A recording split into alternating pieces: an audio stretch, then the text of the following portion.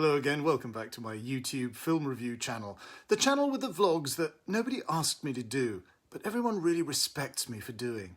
Oh yeah. So let's just get into it. Let's confront the traumatic issue head on. Let's just rip the band-aid off and hope the semi-healed scab doesn't come away with it. Let's talk about the fact that there's a new Downton Abbey film out.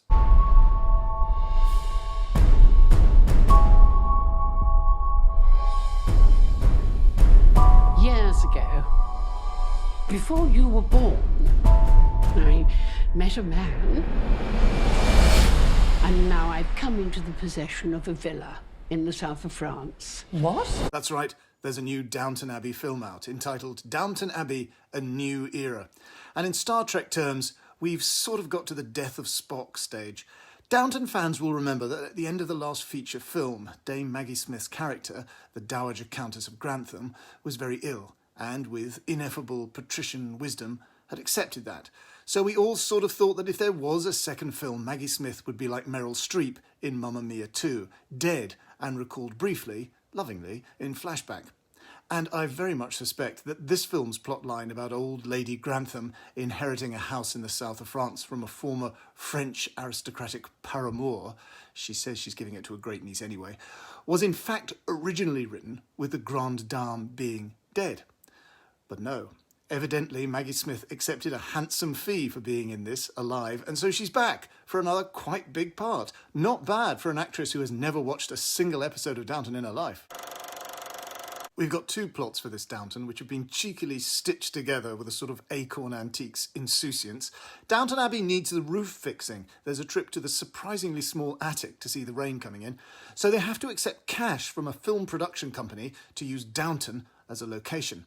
And the handsome movie star, played by Dominic West, turns out to have a bit of a crush on Barrow, the footman turned butler. Meanwhile, some of the family have gone to the sun-dappled south of France for some very unlikely property porn gloating. I've got to admit that I thought the franchise or the intellectual property of Downton Abbey was finished. Surely it was finished at the end of the last film. But no, Downton has lurched off its sickbed for another grotesque Charleston around the bedroom. And I have to admit now that however uncool this is, I did rather enjoy it in spite of myself. But surely to God that's enough now. Now it's time for a genuinely strange, unnerving, weirdly exhausting film called We're All Going to the World's Fair by the trans filmmaker Jane Schoenbrunn. A fascinating experiment in horror with a gamer aesthetic, a video art aesthetic, a YouTuber aesthetic, and a lockdown Zoom aesthetic. So, you want to join the internet's scariest online horror game? We can't be held responsible for what you become. All you have to do to get started is take the challenge. I don't know what to expect. I want to go to the World's Fair. I want to go to the World's Fair. I want to go to the World's Fair.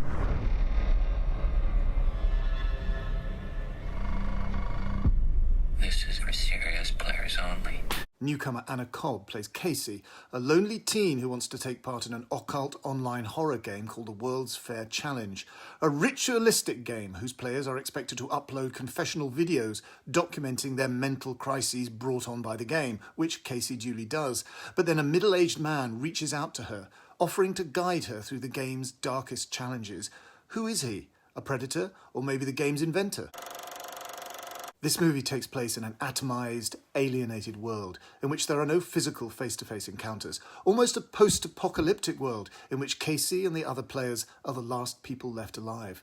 And Casey's life and her existence are an eerie mystery without explanation or context. She has no friends or schoolwork or life. We hear her dad once behind the bedroom door complaining about the noise.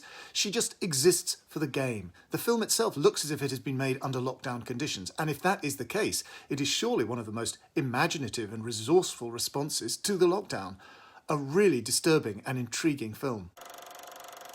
Okay, that's it, I've got to go. Please let me ask you once again to choose life, choose decent values, choose self-respect, and subscribe to this channel and share your thoughts in the comments below. And also, get your debit card out and buy my book, The Films That Made Me, an edited selection of my essays and reviews from The Guardian. Incidentally, if you're in Oxford this Saturday, please come to the Ultimate Picture Palace for a special screening which I'm introducing of The Terminator as part of that cinema's campaign to become independent and community owned. Be seeing you.